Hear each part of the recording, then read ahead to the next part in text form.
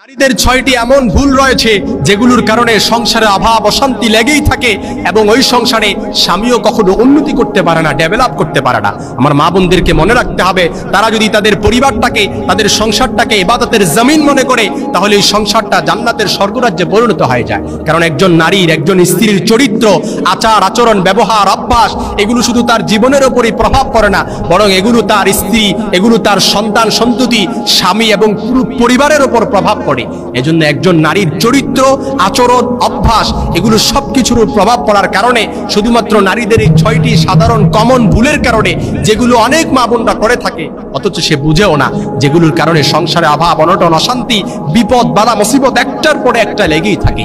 এর প্রথম নাম্বার হচ্ছে, কোনো স্ত্রী যদি, কোনো নারী যদি স্বামীর প্রতি অকৃতজ্ঞতা পোষণ করে, স্বামীর প্রতি নাশুক্রিয়া করে, স্বামী অনেক কিছু দেয়, তারপরে যদি বলে এই জীবনে তুমি আমাকে কি দিলে, তোমার সাথে বিয়ে হয়ে আহা আমি জীবনে কিছুই পাইলাম না, পাশের বাসার ভাবির হাজবেন্ড তাকে অনেক কিছু দিচ্ছে, তুমি আমাকে কোনো কিছু দিলে না। মনে রাখবেন, কোন স্ত্রী যদি এরকম নাশুক্রিয়া করে, এরকম অকৃতজ্ঞ হয় স্বামীর প্রতি, মনে রাখবেন ওই সংসারে কখনো উন্নতি হয় না, স্বামীও কখনো উন্নতি করতে পারে না, অভাব অনটন একটার পর একটা লেগেই থাকে। নবীজি সাল্লাল্লাহু আলাইহি সাল্লামের হাদিস, তিরমিজির বর্ণনায় হাদিসটি এসেছে, যদি আমি কাউকে সিজদা করার আদেশ দিতাম তাহলে প্রত্যেক নারীকে বলতাম যে স্বামীর পায়ে সিজদায় লুটিয়ে পড়ো। এজন্য কখনো স্বামীর প্রতি নাশুকরি হবেন না, স্বামীর অকৃতজ্ঞতা করবেন না। স্বামী যতটুকু আপনাকে দেয় এতই সন্তুষ্ট থাকেন। স্বামীর উপার্জনের প্রতি দেখেন, স্বামী কত টাকা উপার্জন করে, এই উপার্জনের উপর আপনার চাহিদা আপনি রাখেন, এটার মধ্যে আবদ্ধ রাখেন। ২ নাম্বার, যদি ঘরে অশ্লীলতা ও বেপরদাপনা বেড়ে যায়, বেহায়াপনা বেড়ে যায়, মনে রাখবেন ওই সংসারে বিপদ বালা মুসিবত কখনো দূর হয় না, স্বামীও কখনো উন্নতি করতে পারে না।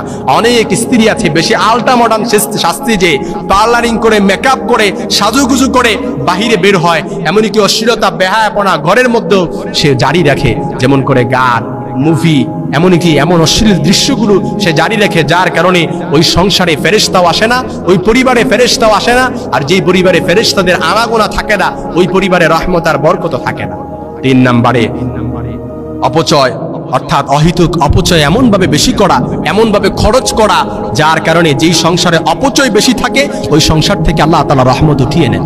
ইন্নাল মুবাযযিরিনা কানু ইখওয়ানাশ শায়াতিন, কোরআনুল কারীমে আয়াত সূরা বনী ইসরাঈলের মধ্যে আল্লাহ তাআলা বলেছেন, নিশ্চয়ই অপচয়কারীরা শয়তান, এই যে শয়তানের ভাই। এজন্য যেই পরিবারে অপচয় বেড়ে যায় ওই পরিবারে শয়তানের আনাগোনাও বেড়ে যায়, আর যেই পরিবারে শয়তানের আনাগোনা বেড়ে যায় ওই পরিবার থেকে আল্লাহ তাআলা রহমত উঠিয়ে নেন, বারাকাত উঠিয়ে নেন, আল্লাহ তাআলা রহমতের যে পর্দা ছিল এটা আল্লাহ তাআলা উঠিয়ে নেন।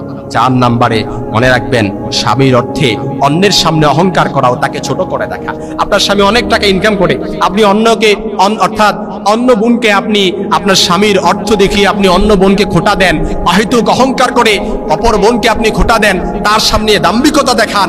মনে রাখবেন এই দাম্ভিকতা দেখানোর কারণে, অহংকার করার কারণে একটি প্রবাদ আছে, কিন্তু অহংকার পতনের মূল, যার কারণে আপনার স্বামী কখনো যে উন্নতি ছিল এটা আস্তে আস্তে অবনতি হবে, আপনার সংসারও বিপদ নেমে আসবে, সংসারটা জাহান্নামের টুকরায় পরিণত হয়ে যাবে।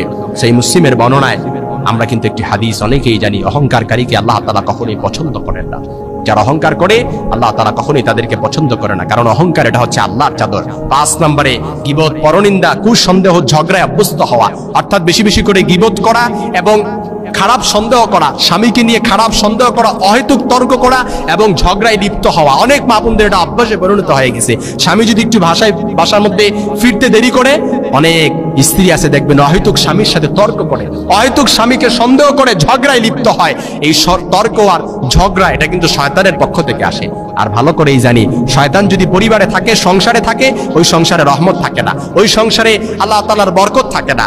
৬ নম্বরে, নামাজ রোজার প্রতি যদি অবহেলা, ঘরের মধ্যে জিকির এগুলো যদি না থাকে, নামাজ রোজার প্রতি যদি অবহেলা থাকে, তাহলে মনে রাখবেন ওই সংসারে আল্লাহ তাআলা শান্তি আর বরকত নাজিল করে না।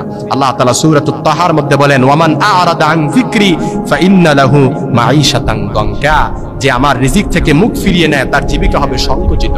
অর্থাৎ আপনি আল্লাহ তাআলার কাছে চাওয়া থেকে মুখ ফিরিয়ে নিছেন, আপনি আল্লাহর রহমত থেকে মুখ ফিরিয়ে নিছেন, আপনি আল্লাহর জিকির আজকার, আল্লাহর নাম থেকে, আল্লাহর স্মরণ থেকে মুখ ফিরিয়ে নিছেন, আল্লাহ তাআলা আপনার রিজিককে সংকুচিত করে দিবেন।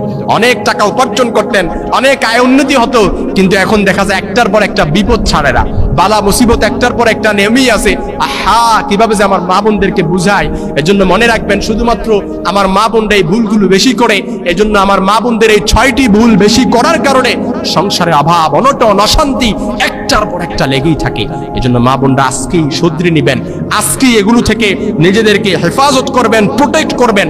তাহলে দেখবেন সংসার এমন ভাবে বিল্ড আপ হবে, সংসারে এমন ভাবে রহমত আর সাকিনা নাজিল হবে, যেটা আপনি কল্পনাও করতে পারবেন না ইনশাআল্লাহুল আজিজ।